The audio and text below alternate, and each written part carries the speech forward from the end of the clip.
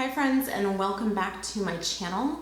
It's been a minute since I have jumped on here in front of the camera and just gotten to chat with you guys and connect, and I've missed that. There's reasons why I've had a hard time getting in front of the camera, and it's becoming more and more clear to me every single day, and that is I don't want to, keep going back and talking about all the issues that I've had, but it is pretty pertinent to the purpose of this video. But as you all know, or if you're new, maybe you don't, my world basically imploded in January, and just a slew of mental health problems and issues, mainly depression and anxiety and body image issues, were just too much to bear. I felt like because I was at rock bottom, if I wanted to get better, to be there for my kids, my husband, my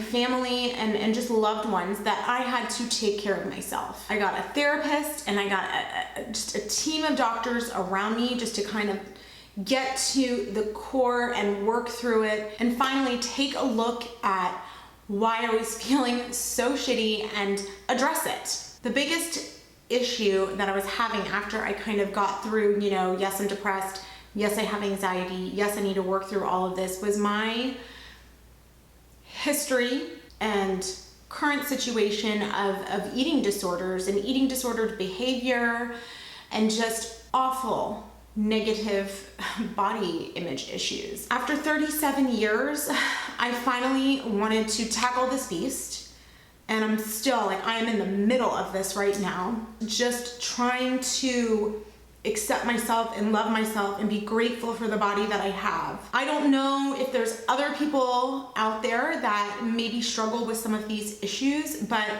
if I'm going to come on here and continue to make videos, I need to speak from my heart and not just keep all of these issues from you guys. I've gotten to know a lot of you and form relationships, and I hate when I just disappear and I can't get back on here and just start talking about makeup and beauty products until I can explain what my issues are with the cosmetic industry, the beauty industry, health, all of that. So I have run the gamut of eating disorders starting at a very early age. I used to dance, and I was just always the fat kid. At least that's how I felt. There was constant pressure for me from various different people in my life and just images that you see, and that's my issue with the media, all forms of media, not just social media. The first eating disorder that I had, I now realize, which has been really difficult to accept, to really take it in, was anorexia. And what I would do is I would just eat 3 oranges a day. One for breakfast, one for lunch, one for dinner. And I was 9 years old, 8 or 9 years old. I think the first time I did that.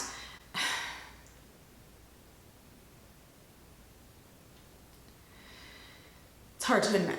And then I don't remember how long I did that, but that morphed into binge eating, and I would just raid the cabinets and just eat whatever I could. And talking to my nutritionist and my therapist, I guess that's pretty normal as far as eating disorders go. My nutritionist gave me an example of a dog that's been starving and hasn't had anything to eat for however long, and then breaks into a pantry, finds dog food. It will eat until he throws up, and that's what I guess I kind of did. And then from there, when I decided I was done being fat, I went back to the anorexia.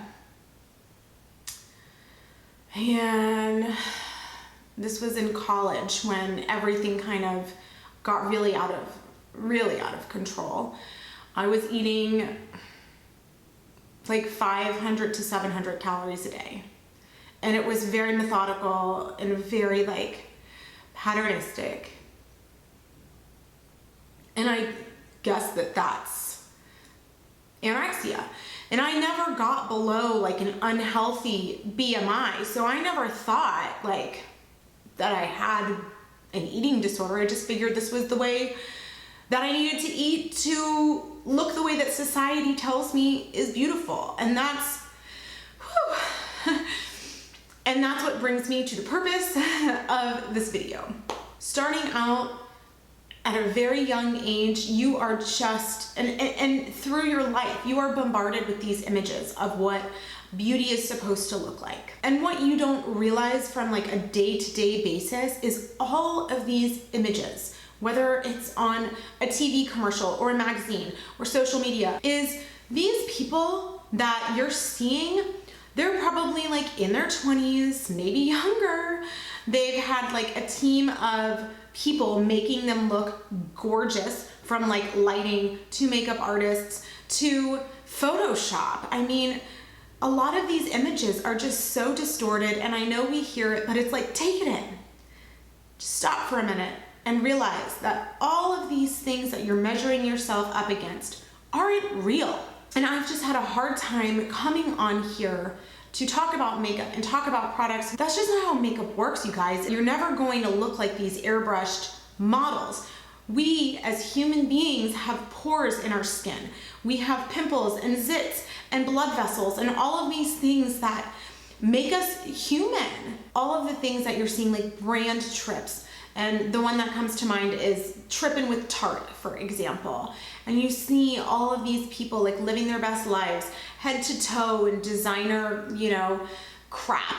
And then it's like, you feel like, oh my God, how come I don't have that? I wish I had that. Look how happy they are. That is all marketing. It's creating a need almost. It's like now you need to have like all of these things to feel happy and to be enough. And that's brilliant marketing for you right there. And I just don't want to be about that, especially with everything that I'm going through with my mental health. It's a confusing place because I love makeup so much. It's like, it got me through so many difficult times growing up. It got me through my postpartum depression. I just want to get back to understanding why I'm putting on makeup and why I love it. And it's not because I'm trying to make myself look beautiful, because I'm not good enough without it. And that's my point in this video. I think everybody just needs to watch YouTube and be on social media looking with clear eyes and understanding this is a business. Just to give you guys an idea of what kind of business the beauty industry is, let me just read you this. The global cosmetic product market was valued at $532 billion in 2017, and it's expected to reach a market value of $805 billion by 2023. $805 billion. You wanna know why people are putting their names on fragrances and celebrities are creating cosmetic lines? It's because there is so much money in the beauty industry. Because I think a lot of us just feel like shit about ourselves. I'm at a point in my life where it's just not okay for me to feel that way anymore. So when I go and I buy a product and I wanna sit down and put on my makeup, I'm doing it because I love the process of it and it's fun and it makes me feel good, but it doesn't make me feel whole, if that makes any sense. There was a time in my life where I wouldn't even walk out to the mailbox to get mail without a full face of makeup on, and that's a problem. I don't even know if this video makes sense. It's just been such a strong feeling that I've had, and I've just been so conflicted about how to come on here and explain that confusion and just where I've been at. I don't know, and just YouTube in general. There is a community of people that are no BS and they're not, you know, messing with Photoshop to the extent that it's like the makeup doesn't even look like the same products that they use. The first person that I think is amazing is Jordan Liberty. And he used to do YouTube, but he stepped away, and I have a feeling that it's a little bit related to some of this, just the unrealistic images and like lifestyle that's portrayed by a lot of the big YouTubers. Jordan is a phenomenal makeup artist. He's a pro. I mean, he has worked with so many brands and done so many ad campaigns. His stories on Instagram they're clutch, man. Like, he'll give some of his tips here and there about makeup application, and trust me. I also love Jaime French.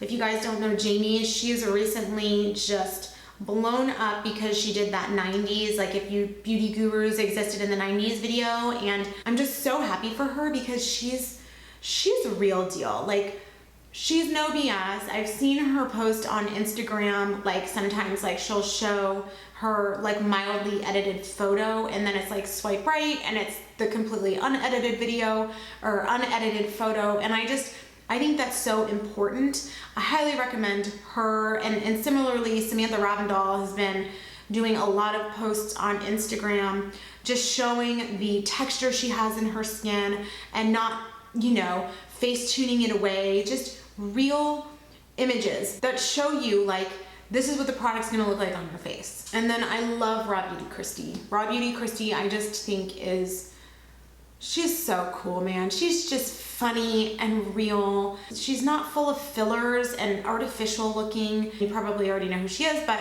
she's fave.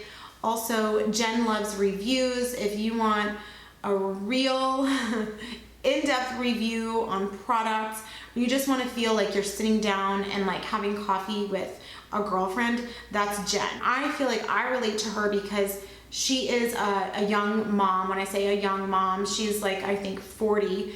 I'm about to be 37, just 2 kids, and she somehow manages to like do it all. She gets videos up, I feel like 3 or 4 times a week. She is about to go on vacation, and I love that she does that. She takes the summer off and she spends time with her family. She's awesome. And then KrystalKBeauty, who is somebody that started out around the same time as I did. She's just very relatable. She does great reviews. I feel like when I'm watching her, it's like she'll say stuff and I'm like, yeah, like I'm very like in tune with her personality, and I just really connect with her. And I think that is the beauty of YouTube. There are so many creators out there. There's somebody for everybody. And then the last one would be Samanth March. I really enjoy her Will I Buy It series. She goes through all the, you know, upcoming releases and launches, which is kind of another thing that's just put a bad taste in my mouth about the beauty industry. Man, it's like they're just peddling product. It's like, how many purple eyeshadows can you do? How many palettes can we do? I mean, I'm gonna look at this raw footage and see if I can make a coherent video out of it for you guys. I hope it made sense and that you could connect with it. I really do appreciate you sticking around and being part of this community we have here. I do have some video ideas kind of coming up. I want to do a favorites because even though I haven't really been on social media, I've still been using products, and I've got like a really good list of some favorites. There's some splurges because I don't often talk about some of the more expensive bougie stuff. I feel like I've been really doing a lot of the Amazon makeup finds lately, but I do want to share these with you because they are fun for me and I love them. So that's coming. And then Jordan Liberty, who I spoke about earlier, did release a collaboration with Stellasi Cosmetics. It's an eyeshadow palette called Dark Room. So when I get that, I can't wait to play with it and then ultimately do a review for you. So I have been thinking more about wanting to come back, and I think I'm finally there. If you're still with me, just remember that you are enough, you are beautiful. If you're gonna be buying makeup and putting it on, you're doing it because it's fun, you like it, you like the way it makes you feel, and it's not that it's because you're not enough. I really hope that makes sense. And same goes with like trying to lose weight. If you want to lose weight, make sure you're not obsessed about it. Make sure you're not ruminating about calories. Just make sure you're healthy. And when I say healthy now, it's like, what is healthy? Just make sure you're happy. And that's number one. All right, guys, I'll catch you in the next video. Bye.